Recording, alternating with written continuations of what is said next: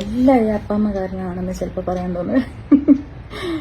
കാരണം ആരും ഒരു മനുഷ്യനും വേദനിക്കരുത്, മുതിർന്നവരെ എപ്പോഴും ആദരപൂർവ്വം വേണം നോക്കിക്കാണുവാനും ബഹുമാനപൂർവ്വം വേണം അവരോട് പെരുമാറുവാനും എന്നൊക്കെയുള്ള കാര്യങ്ങൾ ഇങ്ങനെ നമ്മുടെ നെഞ്ചിലേറുന്നത് വരെ ഇങ്ങനെ പറഞ്ഞ് മനസ്സിലാക്കി തരികയും അത് പ്രാവർത്തികമാക്കാൻ ഉള്ള ഒരു നിരന്തരമായിട്ടുള്ള ഒരു ശ്രമം അവരുടെ ജീവിത വഴികളിൽ കാണുകയും ചെയ്തിട്ടുള്ള ഒരു ബാല്യകാലമാണ് ഉണ്ടായിട്ടുള്ളത്.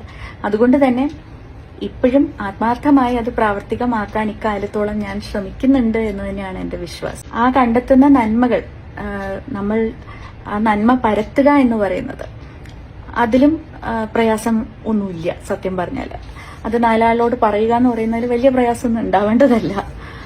പക്ഷേ ഈ കഴിഞ്ഞ ഒരു 1.5 വർഷമായിട്ട് ഒരുപക്ഷെ ഏറ്റവും രൂക്ഷമായിട്ടുള്ള വാക്കുകളിലുള്ള വിമർശനവും അല്ലെങ്കിൽ കൈപ്പേറിയ ചില പ്രതികരണങ്ങളും ഒക്കെ എനിക്ക് ഏറ്റുവാങ്ങേണ്ടി വന്നിട്ടുള്ളത് എന്തിനാണെന്നോ, ഞാൻ എൻ്റെ അനുഭവത്തിലൂടെ ഉത്തമ ബോധ്യത്തിൽ എൻ്റെ കാഴ്ചപ്പാടിലൂടെ ചില മനുഷ്യരിൽ ഞാൻ കണ്ടെത്തിയ നന്മ എന്താണ്, അവരിലെ ഗുണം എന്താണ് എന്നുള്ളത് ഞാൻ ലോകത്തിനോട് വിളിച്ചു പറഞ്ഞു എന്നുള്ള ഒറ്റ കാരണം കൊണ്ടാണ്.